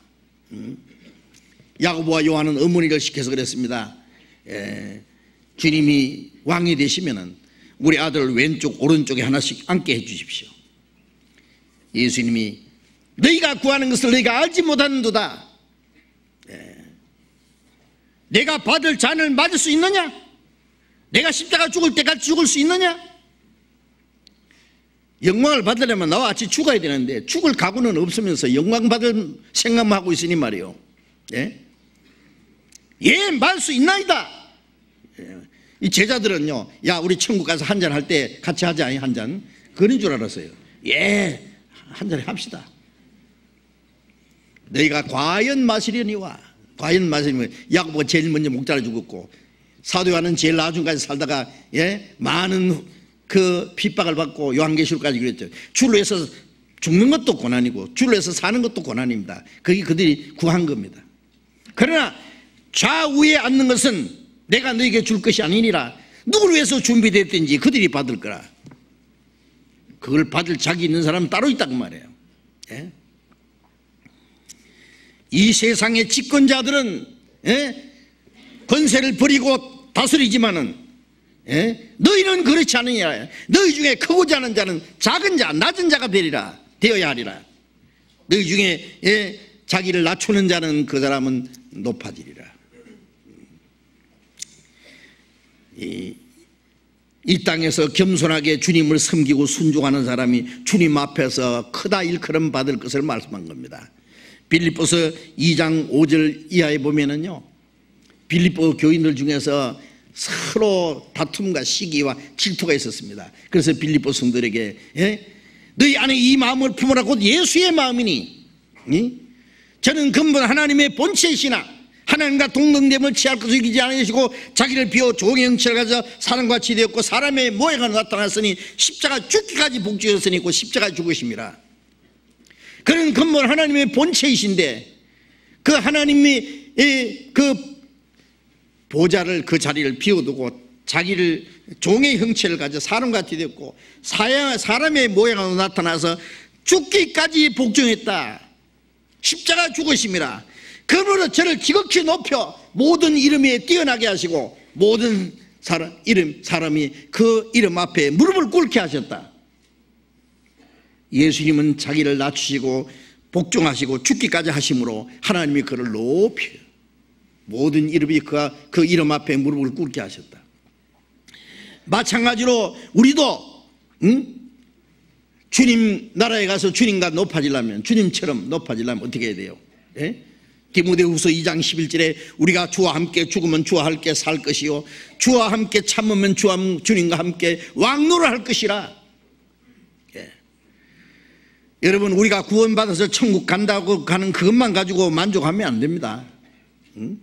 천국 가서 크다 일컫는 받느냐 작다 일컫는 받느냐는 문제가 남아있다는 걸 아셔야 돼요. 예. 주님 앞에 가서 받을 영광이 따로 있습니다. 고린도후서 5장 10절에 보면은 우리가 반드시 그리스도의 심판대 앞에 드러나 각각 선악간에 그 몸을 행한 것을 따라 받으려 합니다. 구원받은 사람은 지옥 가는 심판을 받지 않습니다. 그러나 구원받은 그날부터 주님 앞에 선 날까지 어떻게 살았느냐 하는 그 문제 때문에 주님 앞에 가서 심판받는 거예요. 주님의 뜻대로 산 것이 선이고 주님의 뜻대로 살지 못한 게 악이고 성령을 따라 산 것이 선이고 육신을 따라 산 것이 악이고 주를 위해서 산 것이 선이고 자기만 위해서 산 것이 악이에요. 예? 선악의 표준도 다릅니다. 예? 우리가 구원받은 후에 주님 뜻대로 살고 하나님의 영광을 위해서 살고 주님을 위해서 자기를 희생하고 고난받는 것은 그 상급이 엄청나게 큽니다. 그래서 로마서 8장 16절 17절 18절에 보면 그랬죠.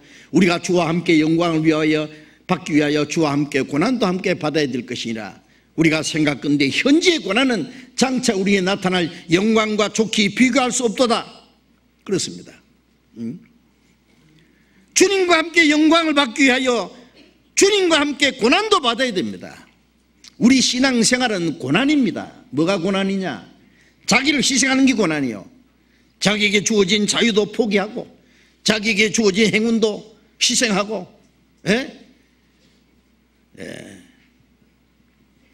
주님을 위해서 자기를 버리는 것, 자기를 낮추는 것, 자기를 희생하고 겸손히 순종하고 주를 위해서 사는 그 모든 것이 고난입니다. 그러면은 주님과 함께 영광을 받을 것이다. 누가복음 12장에 보면은 등불을 들고 허리에 띠를 띠고 서 있어라. 주인이 올 때에 그 종이 이렇게 깨어서 있는 것을 보면 종이 복이 있으리라. 그때 주인이 띠띠고 그 종을 자리에 앉히고 주인이 띠띠고 그 종을 섬기리라 그랬어요. 참 놀라운 말씀이죠. 우리가 주님을 위해서 깨어서 주님을 섬기고 주를 위해서 살면은 주님이 오시는 그날 주님이 우리를 섬겨 주시겠대요. 이 참 놀라운 말씀 아닙니까? 제가 아주 재미있는 얘기를 들었어요. 어떤 장로님이 천국에 갔대요. 그래서 식당에 가서 밥을 참 먹는데 전부 딱 앉아있으면 막 서버를 다 해주더래. 마중 다 갖다 주고. 근데 이 장로님은 딱 앉았는데 아무것도 안 갖다 주더래. 아무도. 그래서 왜 나는 안 주느냐 그러니까 장로님은 세상에서 너무 많이 섬김 받았기 때문에 여기서는 섬김 못 받는다고 셀프 서비스 하라고. 그래. 목사님이 안 보이더래. 그래서 우리 목사님 어디 갔냐니까 지금 배달 나갔다 그랬대. 배달. 참 재밌는 얘기인데 그래서 저는 천국 가서 배달 안 하려면 참 잘해야 되겠다 생각이 들더라고. 자기를 낮추는 자, 낮추는 게 뭐예요? 섬기는 위치에 있는 거예요. 섬기는 위치. 그러면 주님 앞에 가서 크다 일컬음 받으리라. 예. 이 땅에 사는 동안에는 자기를 낮추고 겸손히 주님 위해 살고 희생하고 순종할 때 주님 앞에 가서 크다 일컬음 받으리라. 주님 앞에 받을, 예? 그 존귀와 영광을 받기에 합당한 사람으로 살아가야 된다고 말해요. 예? 어떤 사람은 뭐 상급 같은 거 없어도 구원받아서 천국에 뒷자리에도 앉으면 됐지 뭐 상급까지 기대 안 한다고. 천국 가서 가보시오. 그런 생각하는가. 오늘도 우리가 주님 오셔서 주님 앞에 가면은요 크게 후회할 게 있을 거예요. 이럴 줄 알았으면 주님이어서 좀 더 용감하게 살 텐데, 비겁하게, 예? 이 세상에 하찮은 걸 위해서, 예? 순종도 못하고 희생도 못하고, 예? 살았구나 하는 것.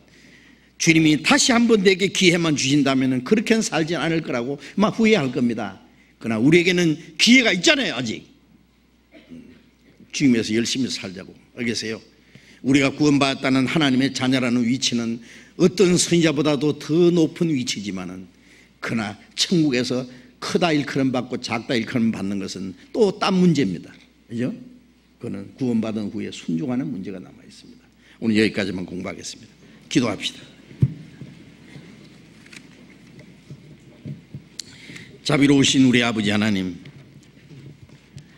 하나님이 작정하신 역사의 마지막 시대, 멀지 않아 이 땅의 은혜 시대가 끝나고 하나님의 진노와 심판이 임한 그 환난의 날이 너무나 가까운 것을 저희들이 압니다.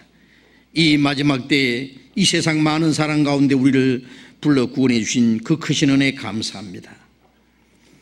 우리가 하나님의 자녀가 된 이 사실은 하나님 보시기에 얼마나 존귀하고 얼마나 귀하다는 것을 말씀을 통해서 우리가 배웠습니다. 주님, 이제 우리의 남은 생에 하나님의 자녀로서 합당하게 살게 하시고, 주님 다시 오시는 그날 주님 앞에 부끄러울 것이 없이 칭찬과 존귀와 영광 받기에 합당한 사람으로서 후회 없이 살아갈 수 있도록 우리의 남은 생애를 다스려 주시고 인도해 주시옵소서. 우리를 통해서 이루고자 하시는 거룩한 역사가 이루어질 수 있도록 주님 몸된 교회 지체로서 우리에게 마땅히 행할 일을 다 행할 수 있도록 인도해 주시옵소서. 주님 앞에 서는 그날 충성된 종아, 네가 작은 일에 충성했으니 큰 것으로 네게 맡기리라고 하는 그 귀한 칭찬과 영광을 받게 합당한 사람으로 우리의 남은 삶을 다스려 주시고 인도해 주시옵소서. 멀리 외국에서 전도하는 형제들, 여러 가지 고난 중에 있는 사람들, 주님 말씀과 능력으로 더욱 충만히 채워주시고 하나님의 그 큰 역사가 이루어지게 도와주시옵소서. 주 예수님 이름으로 기도드렸습니다. 아멘. 찬송하겠습니다. 찬송가 27장, 찬송가 27장.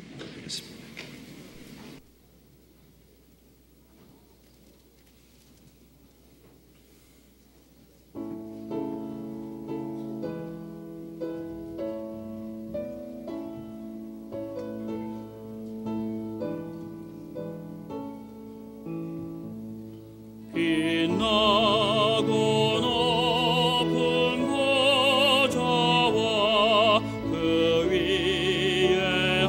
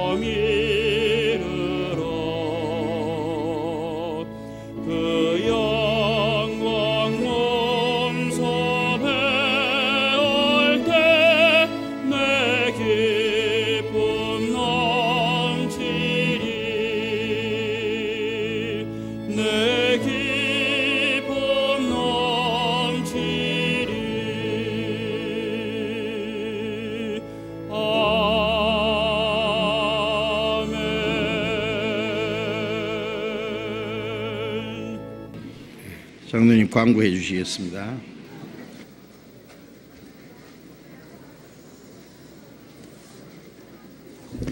광고 말씀드리겠습니다.